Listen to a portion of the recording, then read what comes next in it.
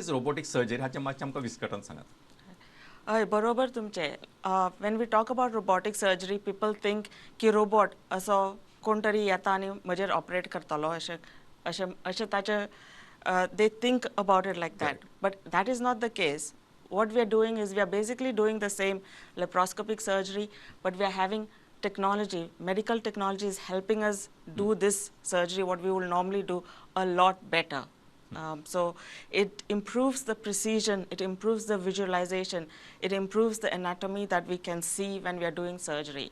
So as you know, nowadays medical technology has advanced a lot, and it's also in the process that is advancing and getting better and better. So robotic surgery is one of these medical advances that in medical technology that we are using to help not just us, but to help patient outcomes as well. So that is where robotic surgery or artificial intelligence is helping us improve the delivery of healthcare today.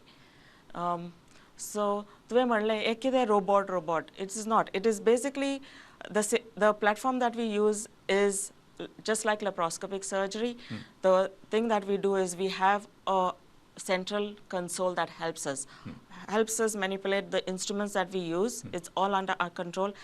And the best thing is it improves visualization. So the difference between robotics, laparoscopic surgery as opposed to a routine laparoscopic surgery is the 3D visualization. We can assess the depth. Whereas with laparoscopic surgery is just 2D. It's like a plain canvas. With robotic surgery is the 3D. So that helps a great deal with endometriotic surgery, cancer surgery, or a massive multifibroid uterus, so massive pathology, extensive disease process help. And especially in gynecology, we find that with endometriosis, where there's lots of scarring, where major organs are involved with endometriosis, it helps us define the planes, defines the limits of the disease, and therefore improves the precision, improves the treatment, and in the long run improves patient outcomes as well. So